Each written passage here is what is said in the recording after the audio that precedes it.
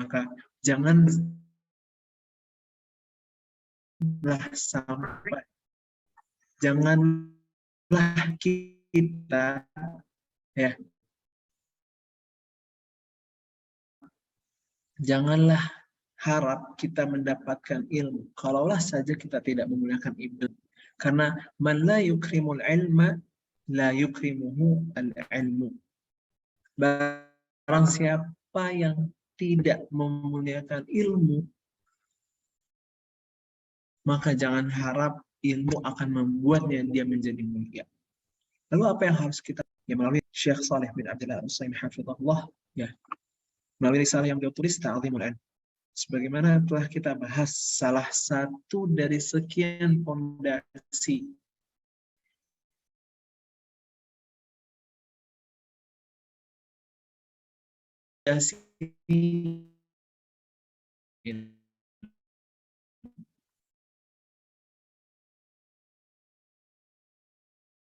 apa yang sudah kita bahas di pekan kemarin tentang salah satu fondasi bagaimana kita bisa memuliakan ilmu.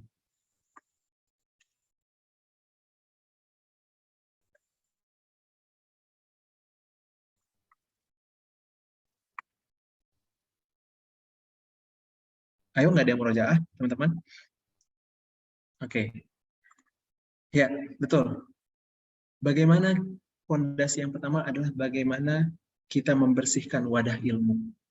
Bagaimana kita membersihkan wadah ilmu tersebut. Ya. Apa yang dimaksud dengan wadah ilmu itu? Itulah hati kita. Itulah hati kita. Ya. Lalu apa yang harus kita bersihkan dari hati kita? Kita sudah bahas, kita sudah singgung bahwa hati kita ini harus bersih dari yang namanya syubhat, kotoran syubhat, dan juga kotoran syahwat. Ya. Begitulah kira-kira. Sebagaimana kita pun malu, sebagaimanapun kita malu ketika kita memakai pakaian yang kotor dan busuk, ya. Kita malu ketika orang melihat kita berpakaian dengan pakaian yang busuk tersebut. Bukankah kita lebih pantas malu dengan pandangan Allah Subhanahu wa Ta'ala kepada hati kita yang penuh dengan kotoran syubhat dan juga penuh dengan kotoran syahwat, juga penuh dengan dosa dan maksiat. Karena Allah Subhanahu wa Ta'ala melihat hati kita, ya. Bukan tentang rupawannya kita, bukan tentang harta yang kita miliki, tapi apa? Tapi Allah Subhanahu wa Ta'ala yanzuru ila qulubikum wa a'malikum. Yang Allah lihat itu adalah hatinya. Hati kita yang Allah lihat. Ya, begitu kata Rasulullah SAW. Ya, bukan rupanya, bukan hartanya, tapi hati yang dilihat. Tapi perbuatan yang dilihat. Itulah, ya, mengapa kita harus membersihkan hati ini. Membersihkan hati ini dari berbagai macam kotoran dan juga dari berbagai macam kotoran syubhat dan juga kotoran syahwat. Ya. Tanpa kita membersihkan wadah yang akan kita gunakan untuk menyimpan ilmu ini, ya, maka hati kita akan terhalangi oleh cahaya ilmu. Ya. Ketika hati ini sudah terhalangi oleh ilmu, ilmu tidak akan bisa masuk ke dalam hati, maka ilmu itu akan pergi jauh meninggalkan kita. Tapi ketika hati itu kita bersihkan, ketika hati itu kita sucikan, ketika hati itu kita jauhkan dari berbagai macam kotoran, baik itu kotoran syubhat dan juga kotoran syahwat, maka ilmu itu akan mudah masuk dan tersimpan ke dalam hati kita. Inilah yang pertama, yaitu apa? Tentang bagaimana kita membersihkan wadah ilmu atau membersihkan hati. Dari apa? Dari kotoran syubhat dan juga syahwat. Lalu apa yang selanjutnya? Agar kita bisa menta'azimul ilm, agar kita betul-betul bisa mewujudkan bagaimana kita bisa menghormati ilmu, bagaimana kita bisa memuliakan ilmu. Yaitu yang kedua, fondasi yang kedua, yaitu adalah mengikhlaskan niat ya di dalam menuntut ilmu. Ya. Teman-teman yang dirahmati Allah Subhanahu wa taala, berbicara tentang ikhlas, lagi-lagi tentang ikhlas. Mungkin sudah berulang-ulang teman-teman semua mendengar kajian, mendengar pembahasan tentang ikhlas. Tapi ikhwani fillah fadzakir fa inna dzikra tanfa'ul mu'minin. Ini membab dalam rangka kita saling mengingatkan, dalam rangka kita saling memberi reminder. Ya, karena dengan zikra itulah, dengan peringatan itulah, dengan reminder itulah kita bisa mendapatkan manfaat. Begitulah kaum mukminin.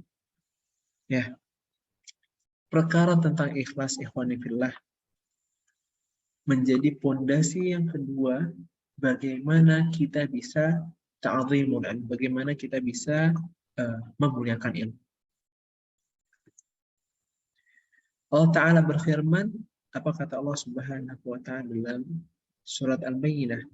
Allah Ta'ala berfirman, وَمَا أُمِرُوا إِلَّا لِيَعْبُدُوا اللَّهَ مُخْلِصِينَ لَهُ الدِّينَ حُنَفَاءَ وَمَا أُمِرُوا إِلَّا لِيَعْبُدُوا اللَّهَ مُخْلِصِينَ لَهُ الدِّينَ حُنَفَاءَ. Ya. Allah Ta'ala berfirman di dalam surat Al-Bayyinah, ketika Allah Ta'ala berfirman, apa kata Allah Subhanahu wa Ta'ala? وَمَا أُمِرُوا, dan padahal mereka tidak diperintahkan kecuali apa? Illa liya'budullaha mukhlishina lahuddin. Mereka tidak disuruh kecuali untuk dalam rangka upaya menyembah Allah Subhanahu wa taala mukhlishina lahuddin, dengan memurnikan ketaatan kepadanya, mukhlishina lahuddin hunafa, dengan memurnikan ketaatan kepadanya dalam menjalankan agama yang lurus. Ya. Wama umiru, semua makhluk, siapapun itu, siapapun mereka, tidaklah diperintahkan oleh Allah Subhanahu wa taala kecuali apa?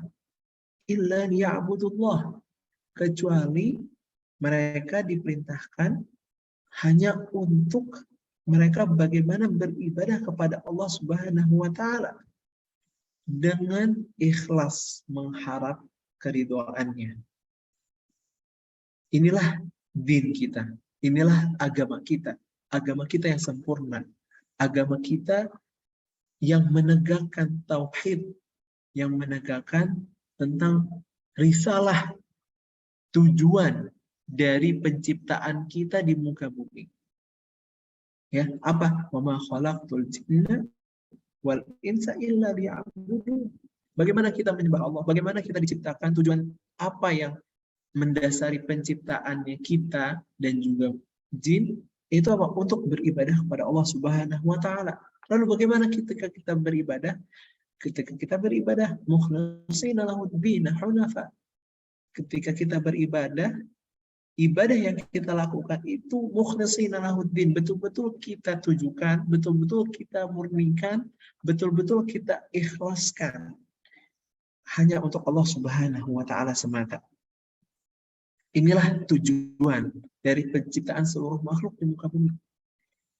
Inilah yang menjadi risalah para nabi dan rasul yang Allah Subhanahu wa taala utus di tengah-tengah makhluknya.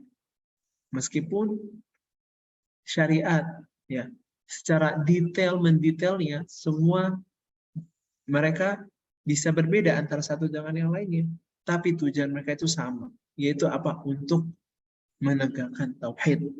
Untuk apa? Untuk membumikan tauhid, bentuk ibadah kepada Allah Subhanahu wa taala semata, untuk menjadikan ibadah ini hanyalah satu-satunya untuk Allah Subhanahu wa taala. Ibadah yang terbebas dari segala bentuk kesyirikan. Ya. Hunafa, Ya, di dalam ayat ini Allah Subhanahu wa taala berfirman merupakan bentuk jamak dari kalimat atau dari kata hanif. Ya, hanif ini bisa kita maknai menyimpang. Menyimpang dari apa? Menyimpang dari kebatilan. Ya, inilah sifat, ya, sifat hanif. Sifat hanif inilah yang berada pada Nabi Ibrahim alaihissalam. Allah Ta'ala berfirman, ya, bercerita, Allah Ta'ala berfirman mengabarkan kita tentang bagaimana Nabi Ibrahim alaihissalam. Apa kata Allah Subhanahu wa taala? Inna Ibrahim kana ummatan qanitan lillah. Kemudian kata Allah Subhanahu wa taala qanitan lillahi hanifa walam yaku minal musyrikin. Allah Ta'ala berfirman bahwa sesungguhnya Ibrahim adalah seorang imam yang dapat dijadikan teladan. Yang dijadikan teladan dan juga sosok yang patuh kepada Allah. Dan juga sosok yang hanif. Maka agama kita adalah agama yang hanif. Agama yang dibawa oleh para nabi dan rasul adalah agama yang hanif. Agama yang menyimpang dari kebatilan. Ya. Yaitu agama yang menyimpang dari kebatilan. Atau agama yang tidak menyimpang dari kebenaran. Inilah agama yang lurus. Ya. Ikhwanifillah, tentang mengikhlaskannya. Ya. Kita juga sering dengar salah satu hadis yang sering kita ulang, sering kita baca, ya, sering kita dengar, mungkin kita pun semua sudah menghafalnya, tentang hadis Rasulullah SAW tentang innamal a'malu binniyat, yaitu tentang perintah Nabi Muhammad SAW, panduan yang diberikan oleh Rasulullah SAW tentang apa? Tentang niat. Kata Rasulullah SAW, sebagaimana hadis ini juga diriwayatkan oleh Imam Bukhari dalam kitab Sahihnya, innamal a'malu binniyat, bahwa, ya, kata Rasulullah SAW, innamal a'malu binniyat, innamal a'malu binniyat. Sedikit faedah lughawiyah, yang bisa kita dapatkan dari hadis ini. Ya, mungkin kita semua sering mendengar tentang pembahasan tentang innamal a'malu binniyat, bahwa seluruh amalan itu tergantung akan niat. Kalau kita lihat tentang bagaimana bagaimana Rasulullah SAW menuturkan hadis ini, Rasulullah SAW menggunakan kata innama. Menggunakan innama. Artinya di sini bahwa Rasulullah SAW mengatakan bahwa amalan itu, ya, hanya innama di sini memberikan kita faedah al-hasr, yaitu adanya pembatasan.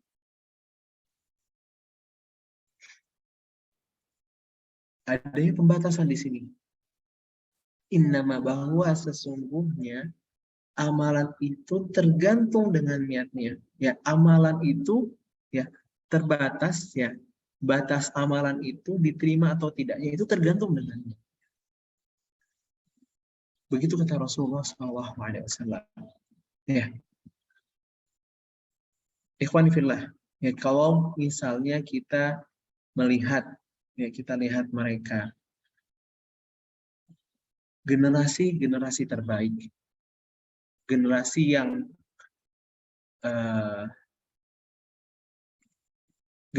yang dikatakan oleh Rasulullah SAW generasi khairul qurun, generasi yang terbaik.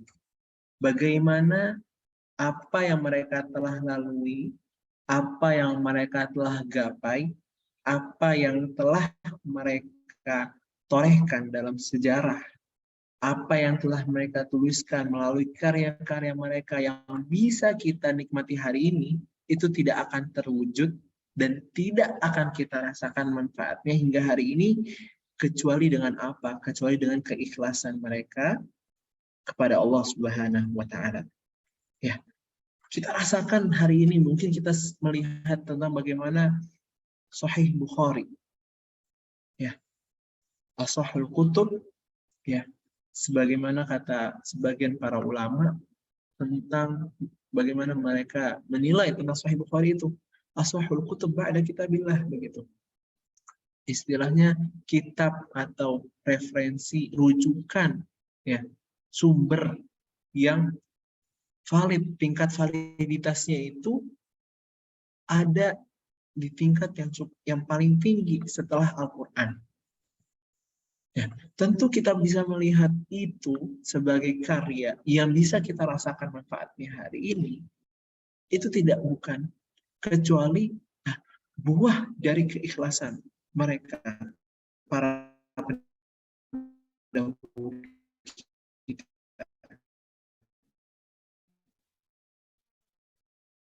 Ya, begitu mencontoh. Dengan itulah bekal kita. Ya, sebuah peradaban itu akan muncul terangkat, ya, dengan apa? Dengan mengikhlaskan niatnya karena Allah Subhanahu wa taala. Ya, Imam Ahmad, ya, Imam Ahmad bin Hanbal rahimahullah, ketika didatangi seseorang, ya, dan seseorang ini berbicara tentang apa? Tentang perkara kejujuran dan keikhlasan. Kata Al-Imam Ahmad rahimahullah, menimpali dan mengomentarinya, kata beliau rahimahullah, dengan inilah, dengan kejujuran dan keikhlasan inilah, sekelompok orang akan terangkat kedudukannya. Sekelompok orang ini akan maju, akan menjadi hebat peradaban. Dengan apa? Modalnya adalah kejujuran dan keikhlasan. Kejujuran dan juga keikhlasan.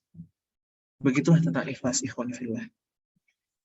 Nah, maka banyak sedikitnya ilmu yang kita dapatkan, ya, banyak sedikitnya ilmu yang bermanfaat untuk kita, itu adalah sesuai juga dengan apa? Dengan kadar, ya, keikhlasan kita, sesuai dengan tingkat keikhlasan kita ketika kita belajar. Ya. Kemudian kita sedikit mengulik salah satu asar, ya, dari salah seorang sahabat, ya, yang terkenal akan keilmuannya, yaitu sahabat Abdullah bin Abbas radhiyallahu anhu. Kata beliau radhiyallahu anhu, innama yahfadhul mar'u ala qadri niyyatihi. Apa kata beliau? Innama yahfadhul mar'u ala qadri niyyatihi.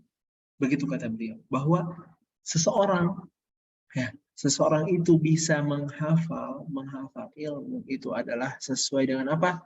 Kadar niat. Begitu kata beliau radhiyallahu anhu. Nah, lalu ketika kita menemukan kesulitan, ya, dalam belajar, mungkin itulah yang pertama kali harus kita cek terus. Itulah yang harus pertama kali kita periksa. Itu tentang apa? Tentang niat. Ya. Karena dengan niat itulah Allah akan membuat kita semakin mudah. Dengan niat yang ikhlas Allah Subhanahu wa taala, kita akan semakin mudah, ya, untuk mendapatkan ilmu. Lalu yang menjadi pertanyaan sekarang adalah, ya, bagaimana seseorang itu bisa ikhlas? Apa indikator seseorang itu ikhlas, ya, di dalam menuntut ilmu? Ya. Maka ikhwani fillah azani Allah wa iyyakum, ada 4 perkara, ada 4 hal yang setidaknya itu perlu kita cross check terus niat kita, periksa terus niat kita. Apa saja 4 hal ini? Yang pertama, yang menandakan bahwa seseorang itu, dengan 4 poin ini seseorang itu bisa mewujudkan tentang bagaimana dia ikhlas dalam menuntut ilmu. Yang pertama adalah raf'ul jahl an nafsihi, yaitu bagaimana dia mengangkat kebodohan dari dirinya sendiri. Ya, berniat untuk apa? Untuk mengangkat kebodohan dari dirinya sendiri. Ya. Apa yang harus kita angkat? Kebodohan apa yang harus kita angkat dari diri kita? Yaitu kebodohan kita tentang apa?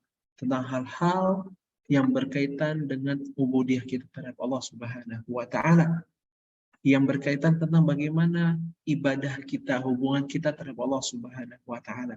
Inilah yang seharusnya menjadi prioritas kita. Ya, menjadi poin, menjadi titik yang seharusnya menjadi konsentrasi lebih kita, yaitu tentang apa? Raf'ul jahl an nafsihi, yaitu mengangkat kebodohan dari diri kita sendiri. Kemudian apa? Dan juga untuk ya mengangkat kebodohan dari diri kita ini terhadap apa? Terhadap hal-hal yang berkaitan dengan awamir, yang berkaitan dengan apa? Dengan perintah dan juga larangan Allah Subhanahu wa taala. Agar apa? Agar perintah yang menjadi perintah, hal-hal yang diperintahkan oleh Allah Subhanahu wa taala bisa kita wujudkan. Adapun hal-hal yang dilarang oleh Allah Subhanahu wa taala bisa kita hindari dan kita jauhkan. Ya. Kemudian yang kedua yaitu berniat menuntut ilmu untuk apa? Raf'ul jahli anil khalqi. Mengangkat kebodohan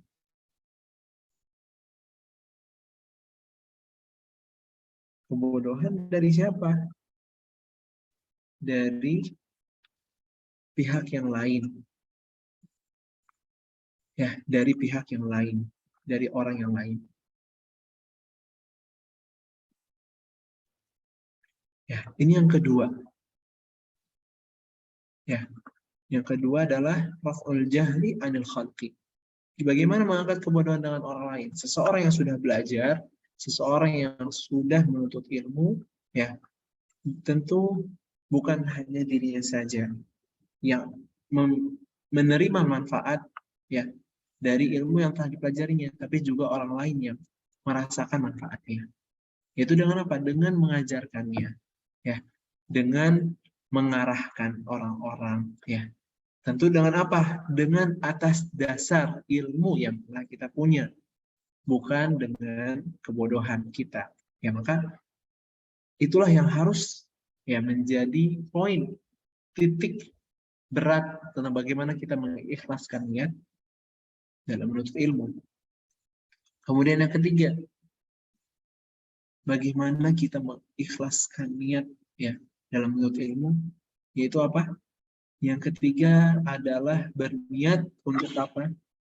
Berniat untuk menghidupkan, berniat untuk menghidupkan ihya'ul ilm, berniat untuk menghidupkan ilmu tersebut.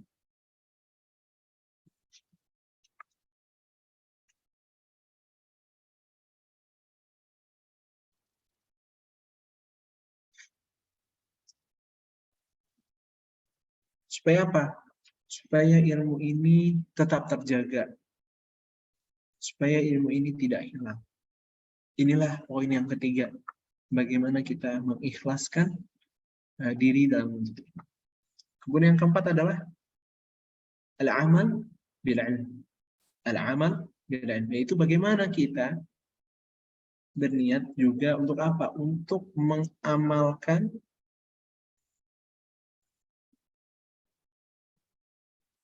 ilmu tersebut. Ya, inilah ikhwan fillah azani Allah wa iyyakum. Empat hal yang menjadi poin tentang bagaimana kita ikhlas dalam menuntut ilmu.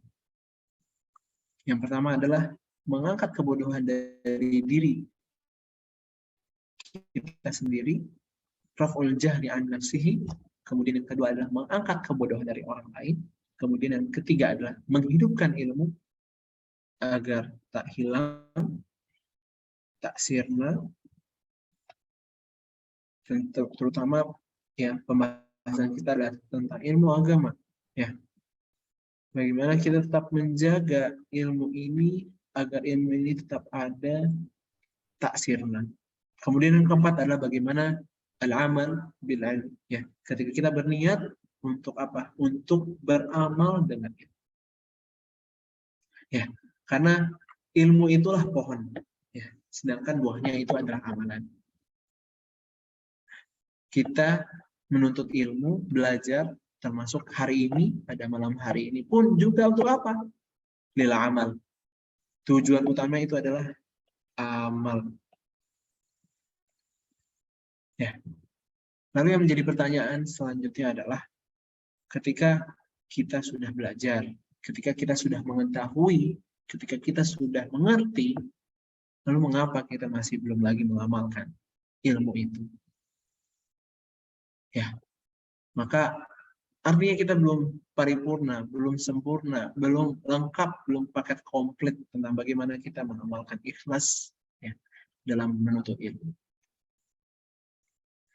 Ya, hal yang paling ditakutkan itu oleh para pendahulu kita, ya, bagaimana mereka begitu takut tentang apa? Tentang kehilangan masalah ikhlas di dalam hati mereka, terutama ketika mereka sedang menuntut ilmu. Ya. Maka mereka sangat berhati-hati. Mereka sangat waspada. Mereka sangat bersikap warok. Dari apa? Dari bentuk klaim-klaim. Bentuk dari segala bentuk pengakuan diri bahwa ini loh gue yang paling ikhlas. Ya. Bukan artinya mereka tidak merealisasikan, mereka tidak mewujudkan ikhlas ini dalam hati mereka, tidak. Justru kita lihat bagaimana atharnya, bagaimana bekasnya, bagaimana manfaat yang kita terima hari ini dari berbagai macam juhudnya mereka, bagaimana pengorbanan yang mereka lakukan, itu merupakan jadi salah satu ciri ikhlasnya mereka begitu. Tapi mereka begitu hati-hati tentang perkara ikhlas ini. Mereka begitu waspada tentang persoalan niat ini. Ya. Maka mungkin perjalanan mereka, sirahnya mereka itu bisa menjadi cermin untuk kita. Ya, bagaimana kita tahu seorang ulama Hisham Ad-Dastiwai, ya, rahimahullah, ketika beliau rahimahullah mengatakan wallahi ma astati' an aqul inni dhahabtu yawman atlubul haditha uridu bihi wajah Allah. Maka kita tak heran seorang Hisham rahimahullah, ulama kita, mengatakan bahwa demi Allah aku ya ma'astati, aku tuh tidak bisa, aku tuh tidak sanggup untuk mengatakan ini dhahabtu yauman atlubul haditha uridu bihi wajah Allah. Bahwa aku tidak bisa mengatakan, demi Allah aku tidak bisa mengatakan, ya, sampai beliau bersumpah bahwa beliau mengatakan, aku tidak sanggup untuk mengatakan pada suatu hari ketika aku mencari satu hadis saja, bahwa aku pergi untuk mencari hadis tersebut hanya untuk ya mencari ridhonya Allah Subhanahu wa taala, hanya untuk mencari hadis, hanya dalam rangka ikhlas kepada Allah Subhanahu wa taala. Tak sanggup seorang Hisham, ya, ulama kita rahimahullah, ya, bagaimana beliau tidak sanggup untuk mengatakan, ya, bagaimana beliau tidak sanggup untuk mengaku-ngaku bahwa beliau itu ikhlas untuk menuntut ilmu. Ya, bahkan Imam Ahmad rahimahullah, ya, ketika beliau pernah ditanya, apakah engkau belajar ilmu agama itu karena Allah Subhanahu wa taala semata? Maka beliau menjawab, lillahi aziz. Ya, perkara untuk Allah itu aziz, begitu berat. Ya.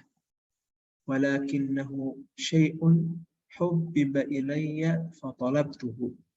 Tapi kata Imam Ahmad rahimahullah, ketika beliau mengatakan bahwa begitu berat mengatakan menuntut ilmu karena Allah Subhanahu wa taala, beliau justru mengatakan ikhlas itu berat, namun beliau mengatakan, namun Allah menumbuhkan di dalam hatiku itu apa? Rasa kecintaan terhadap ilmu. Fatolabtuhu, maka hingga aku pun, kata Imam Ahmad rahimahullah, senantiasa mempelajari. Maka ikhwani fillah, ketika kita kehilangan tentang ikhlas dalam hati kita, terutama ketika kita belajar, maka betapa banyak ya ilmu yang kita sia-siakan. Dan betapa ruginya kita ketika begitu banyak kebaikan yang seharusnya kita terima, justru kita sia-siakan begitu saja. Maka barang siapa yang ingin selamat, ya, barang siapa yang ingin perkaranya itu baik, ya, maka selalulah periksa niat kita. Inilah yang harus terus-menerus secara kontinu, secara berkelanjutan tentang bagaimana kita bisa terus mengecek tentang niat kita. Baik itu yang perkara kecil maupun perkara yang besar, terutama tentang bagaimana kita ya menempuh jalan ini, talabul ilmi, menempuh jalan untuk menuntut ilmu. Karena memperbaiki niat, mengobati niat, meluruskan niat itu merupakan suatu hal, perkara yang tidak sepele, perkara yang tidak mudah, perkara yang tidak sederhana. Ya. Maka kita mungkin pernah mendengar bagaimana seorang ulama Sufyan Ats-Tsauri rahimahullah, ya. Apa kata beliau? Ma'alajtu syai'an ashadda 'alayya min niyyati li'annaha tataqallabu 'alayya. Bahwa tidak ada suatu hal, ya, tidak ada suatu hal yang paling sulit untuk aku perbaiki. Itu kita dengar dari perkataan, dari mulut, dari lisan seorang Sufyan Ats-Tsauri rahimahullah, seorang ulama yang kita kenal dengan kewaraannya, seorang ulama yang terkenal dengan keilmuannya. Tentu bukan sekedar ilmunya saja, kita juga tahu bagaimana amalnya beliau. Kata beliau, ma'alajtu syai'an asyadda 'alayya min niyyati. Tidak ada suatu hal, tidak ada perkara apapun yang aku perbaiki yang lebih sulit daripada niat. Kenapa? Li'annaha, kata Sufyan Ats-Tsauri rahimahullah, li'annaha tataqallabu 'alayya. Begitu kata Sufyan Ats-Tsauri rahimahullah. Ya, lalu ikhwani fillah azani Allah wa iyyakum.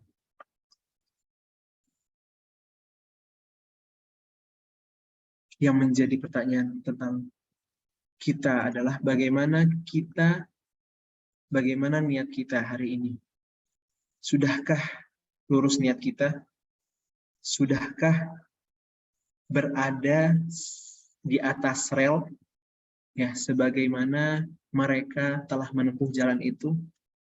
Maka inilah yang terus harus kita periksa. Inilah yang harus terus kita perbaiki. Ya. Mungkin ini yang terakhir sebelum kita pindah atau berpindah ke sesi tanya jawab, perkataan seorang Sulaiman Al-Hashimi rahimahullah. Ya. Kata beliau, rubbama uhaddithu bihadithin wahidin wali niyatun fa idza ataitu ala ba'dhihi taghayyarat niyyati fa idza al-hadithul wahidu yahtaju ila niyat. Ya, ini ya, perkataan ini dikatakan oleh seorang Sulaiman Al-Hashimi. Al-Hashimi, kata beliau, terkadang ketika aku akan menyampaikan sebuah hadis, ya, ketika aku menyampaikan hadis, aku sudah menghadirkan niatku. Fa idza ataitu ala ba'dhihi, ya, itu baru ba'dul hadis. Ketika aku telah menyampaikan sebagian hadis tersebut, itu baru satu hadis. Ya. Taghayyarat niyyati. Namun ketika itu, ya, niatku pun berubah. Fa idzal haditsul wahidu yahtaju ila niyyah. Bayangkan, ikhwani fillah. Beliau mengatakan bahwa hadis wahid, satu hadis saja itu justru butuh niat berkali-kali. Maka ikhwani fillah azani Allah wa iyyakum, saudara-saudara yang kami cintai karena Allah Subhanahu wa taala. Perkara tentang niat ini bukan perkara yang sederhana. Mungkin selalu kita dengar, kita baca, kita hadiri pembahasan tentang niat ini, tapi perkara niat ini bukan perkara yang sederhana. Maka dengan ini semoga Allah Subhanahu wa taala memberikan kita sabat, memberikan kita hidayahnya, memberikan kita taufik untuk apa? Untuk agar senantiasa bisa meluruskan niat kita. Bukan hanya kita sebagai thalibnya saja, bukan hanya kita sebagai yang belajarnya saja, tapi juga kita para guru-guru, para musyrifin, musyrifat, juga tentu niat ini menjadi perkara yang paling seharusnya menjadi prioritas kita untuk kita kaji terus.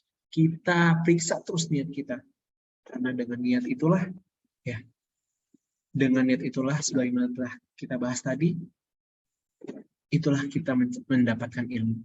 Sebagaimana sebesar apa niat kita, sebersih apa niat kita, maka itulah kadar ilmu yang kita dapatkan.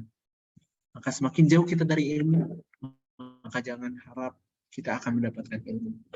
Wallahu ta'ala a'lam bishawab. Silahkan bagi teman-teman yang ingin bertanya, silahkan menanyakannya melalui kolom chat. Kami akan tunggu. Jazakumullahu khairan, wallahu ta'ala a'lam bishawab. Mohon maaf atas segala kesalahan dan keterlambatannya pada hari ini. Semoga Allah Subhanahu wa ta'ala mengampuni kita semua.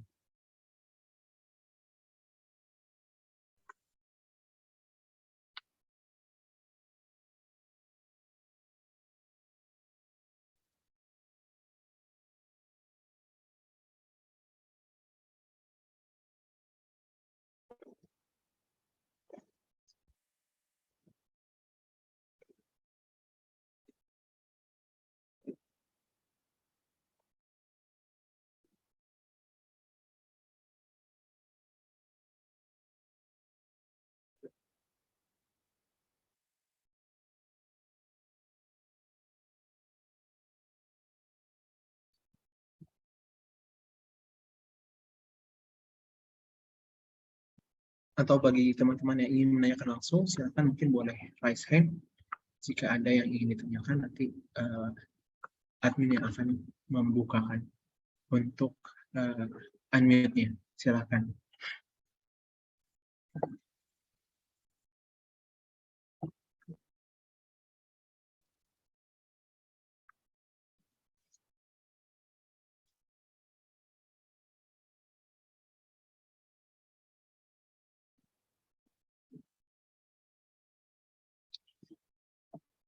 Baik, Bismillahirrahmanirrahim. Assalamualaikum warahmatullahi wabarakatuh. Ustaz, izin bertanya bagaimana cara kita menghilangkan rasa dan sikap takabur, sombong di dalam diri kita. Karena sedikit banyaknya itu kadang rasa sombong itu terlintas di dalam hati seorang muslim. Jazakallahu khairan. Bismillahirrahmanirrahim. Alhamdulillah wassalatu wassalamu ala Rasulillah wa ala alihi washabbihi ajmain. menjawab tentang pertanyaan ini dari Mbak Sinta Herlinda tentang bagaimana cara kita menghilangkan rasa dan sikap takabur sombong dalam diri. Yang pertama itu adalah muhasabah, ya, mereview kembali siapa diri kita, dari mana kita berasal, ya. Apa yang ingin kita, apa yang bisa, apa yang menjadi hal apa yang perlu kita sombongkan ketika kita yang penuh dengan berbagai macam kekurangan, yang penuh dengan berbagai macam kelebihan itulah yang harus kita ingat. Ketika rasa takabur dan rasa sombong itu muncul dalam hati kita, ya, karena itulah, ya, rasa itulah yang perlu kita hilangkan, ya, itulah yang perlu kita bersihkan dari hati kita. Memang akan menjadi tantangan, akan menjadi suatu hal yang berat, ya, ketika kita dipenuhi dengan rasa sombong, maka kita akan sulit sekali untuk menerima kebenaran. Kita akan sulit menerima ilmu, ya. Sebagaimana kita telah singgung, ya, bagaimana kita harus menghilangkan, ya, hati kita, menghilangkan dari hati kita itu dari berbagai macam penyakit, ya, termasuk salah satunya adalah akhlak-akhlak yang buruk, yaitu salah satunya tentang masalah takabur atau sombong.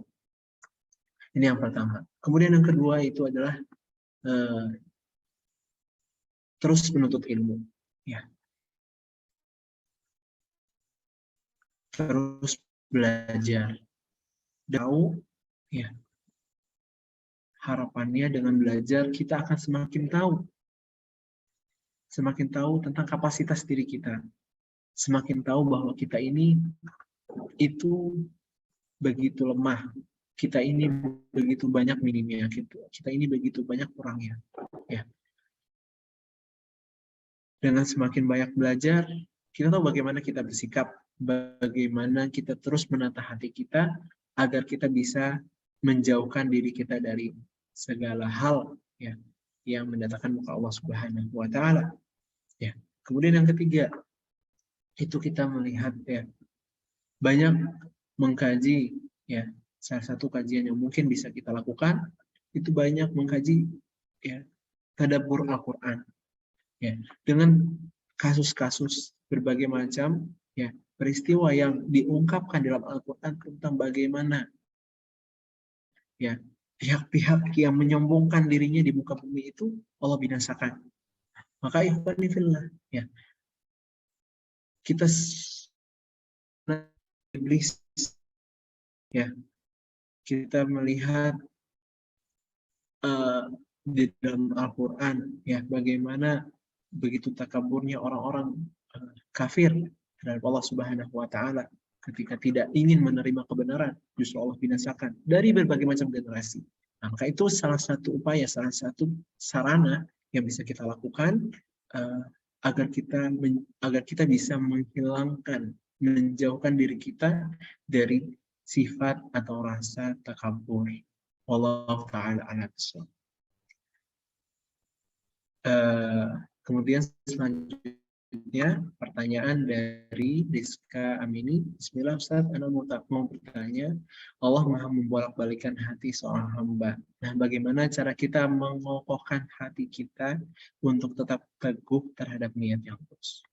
Nah, Bismillahirrahmanirrahim. Alhamdulillah wassalatu wassalamu ala Rasulillah wa ala alihi washabbihi ajma'in. Menjawab pertanyaan dari Mbak Rizka Amini tentang bagaimana cara kita mengokohkan hati, pertama, ya, yaitu bagaimana kita meminta pertolongan kepada Allah Subhanahu wa taala. Karena ini mungkin pernah kita bahas juga di pembahasan tentang tafsir surat Al-Fatihah ketika kita membahas tentang iyyaka na'budu wa iyyaka nasta'in. Allah Ta'ala berfirman nasta'in.